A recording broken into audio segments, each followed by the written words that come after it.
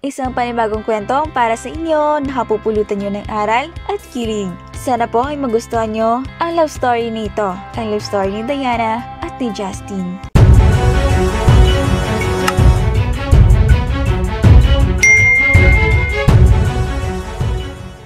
Galing sa mayamang pamilya si Diana, nag-iisang babaeng anak ito ng politikong si Arnel Sandoval sa Maynila. Sikat ang pamilya nila dahil sa politika at syempre, madami-rami na rin ang natulungan ng kanyang angkan. Isang negosyante naman ng mga damit at beauty products ang ina niyang si Elena Sandoval. May kasikatan ng kanyang negosyo, kaya naman kahit saan ay kilalang kilala ito. Minsan na rin naging laman ng magazine ang kanilang pamilya. Na-feature na sila bilang isang outstanding na tao sa buong Kamaynilaan. Siya bilang kilalang prinsesa ng mga Sandoval at ang nakababatang kapatid niya nitong si Andre. Napakaswerte nila kung tutusin. Mayaman ang nakalakihang buhay nila. Lahat ng mga luho nila na ibibigay sa kanila ng kanilang magulang. Nakapag-aral sa dekalidad at mamahaling paaralan. Sa murang edad niya ay di niya aakalaing makakapunta na ito sa iba't ibang lugar like Hong Kong, Macau, Singapore, even US at Europe. Sa dating pa lang ay masasabi mo na talagang pinanganak itong may silver spoon na. Both parents nila ay successful and for her, kahit hindi na nga ito magtrabaho ay kayang-kaya pa rin tustusan ng savings na nilaan sa kanya ng kanyang mga magulang ang future niya. Pero nagbago ang mundo niya dahil sa isang aksidente. Malapit na ang eleksyon noon. As a politician, nasa binbina ng delikado na ang buhay ng kanyang ama. Siyempre, agawan sa pwesto. Sa kalagitnaan ng biyahe pauwi ng kanyang mga magulang ay naaksidente ang kanilang sinasakyang sasakyan. Ayon sa investigasyon ay nawalan daw ng kontrol ang driver nito at bumangga sa gilid ng tulay at nahulog ang van. Halos madurog ang katauhan ni Diana nang malaman iyon sa balita sa TV. Nasa kalagitnaan pa siya ng bakasyon niya noon sa El Nido, Palawan kasama ang mga kaibigan niya nang agad itong pinabalik ng abogado ng kanyang ama. After that accident at hindi pa nga nililibing ang mga magulang nito ay malingaw-ngaw na agad na balitang isang korap ang kanyang ama.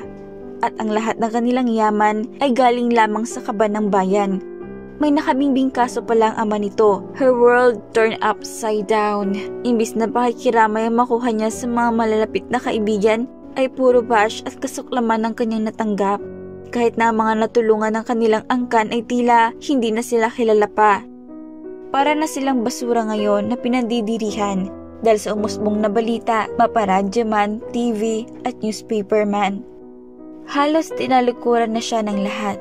Ang paningin sa kanya at sa kanyang pamilya ay salot sa lipunan dahil sila nagpakasasa sa kaban ng bayan. Kaya dahil sa mga ganoong pangyayari ay minabuti niyang may libing agad ng pamilya. Hindi niya alam kung magpapasalamat ba siya at di siya nakasama sa aksidente at buhay pa siya ngayon o mas gustuhin niya na lang din sana ang napasama doon. Walang tigil sa pagtarak ng luha ang kanyang mga mata habang tinitigan niya ang mga puntod ng kanyang pamilya, habang yakap-yakap ang mga picture frame. Sobrang miss na miss niya na ang mga ito, lalo na ang kapatid, napakabata pa ni Andre para sabitin ng ganoong kasamang trahedya. Ang masakit pa, biglaan ang lahat na nangyayari. Nasa kalagitnaan siya ng kasiyahan tapos bigla-bigla na lang ay mababalitaan niya ang mapait na sinapit ng kanyang pamilya. I'm sorry Diana, pero kailangan kumpiskahin ng gobyerno ang lahat ng properties niyo, kabilang na itong bahay at ang mga sasakyan, pati na rin ang gamit dito sa loob ng mansyon. And even your bank accounts pala ay frozen muna, unless mapatunayan sa korte na hindi iyon kasama sa mga ninakaw ng daddy mo. Ninakaw? Kukumpiskahin? Anong pinagsasabi niyo, attorney? Gulat na tugon niya sa matandang lalaki na nasa kanyang harapan. Lingid pala sa kanyang kaalaman, may kaso ng graft and corruption sa ombudsman ang kanyang daddy. Pero ayon sa ama niya ay puro paninira lang ang lahat ng iyon sa kanya. Siyempre, ama niya ito, kaya naniniwala naman siya dito at nirerespeto niya ng sobrang ama at tinitingalan niya pa dahil sa kabutihang pinapakita nito sa kanya. Laking gulat niya na lang nang umuwalang balitang gaano kasamang taong ama dahil sa korupsyon nito. Sa loob ng isang dekada nitong nakaupo sa pwesto ay dumami nga ang kayamanan nito dahil sa pagnanakaw sa kaban ng bayan. Yaman na pinagnasaan niya rin ng matagal na panahon mula pa tayo namulat siya sa mundo. Pasensya ka na Diana, pero may 5 doling ay wala kang makukuha sa bank accounts mo. Sambit sa kanya ng attorney. Nang marinig niya ang sinabing iyon ni attorney, ay gulat at takot agad ang unang rumihistro sa kanyang isipan. Hindi pa nga siya nakaka-recover sa balitang umusbong patungkol sa kanyang ama at ito na naman ang isang malakas na sampal na katotohanan ang tumagis sa kanyang mukha nang malamang wala siyang makukuha. Pero paano ako, attorney? Paano ako mabubuhay kung hindi nila ipapagamit sa akin ang bank accounts ko? Sambit niya na may takot at pag-aalala ng sobra para sa kanyang kinabukasan. I'm really sorry Diana, iyon ang batas at kailangan nating sumunod sa batas.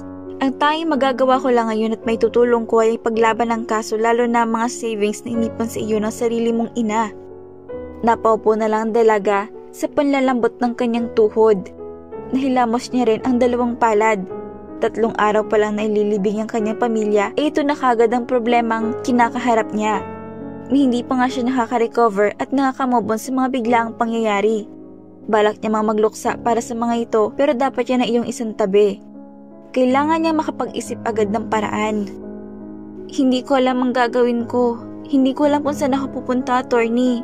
Maluhaluhang sambit niya sa harap ng matanda.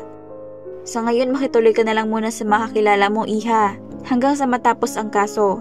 Matapos iyon ay agad na nagpaalam na ang attorney sa kanya. Nangako itong gagawin niya lahat ang kanyang makakaya. Isang tango na lamang ay sinagot niya rito at may labis na lungkot sa kanyang muka. Alam niya kasi na matagal pa ang panahong gugugulin para maipanalo ito at hindi na din siya umaasa pang mananalo ito. Habang nakaupo sa mahabang couch ay tuluyan ng dumaloy ang mga malalaking butil ng luha sa kanyang mga mata na kanina niya pa pinipigilan. Napahiga ito at ngumaw-ngaw habang ang kamay ay nakayakap sa magkabilang braso. Binuhos niya ang sakit na nararamdaman, ang labis na pagkamis sa pamilya, lalo na sa ina at sa kapatid niya. Iniyak niya ng iniyak ang lahat ng masasakit na nangyari. Nang hindi niya namamalayang nakatulog na pala siya sa pagkakaiyak. Nagising na lang siyang madilim na ang buong bahay. 10:00 na pala ng mga oras na iyon.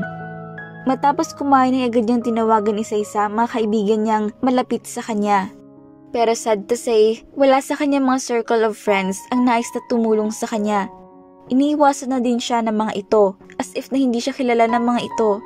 The reason is because sa balitang korap ang ama nito at ang yaman nila ay galing lamang sa nakaw. Ngayon niya napagtanto na tinalikuran na siya ng lahat. Kilala lang siya ng mga ito kung may pera siya at ngayong mas mahirap pa siya sa daga ay wala nang miisan nakakakilala sa kanya. Nalulungkot man may bahid ng inis ang kanyang nararamdaman sa mga kaibigang itinuring niyang pamilya at pinaggastuhan niya ng pera noong mayaman pa sila. Padabog niyang nilagay ang cellphone sa eleganteng sofa nila sa living room nang biglang pumasok sa kanyang isipan ang anak ng hardinero nila noon na nagbakasyon dito. Hindi man niya ganong kilala ang dalagang kaedad niya pero iyon ay isa sa mga binigyan niya ng damit niyang mamahalin noong nagdibo ito. Sa maikling panahong pamamalagi noon ng batang iyon ay naging maayos naman ang pagsasama nila bilang tagahanda dati ng pagkain niya. Bigla naman siya nabuhayan nang may sumugot sa cellphone number na kanyang tinawagan.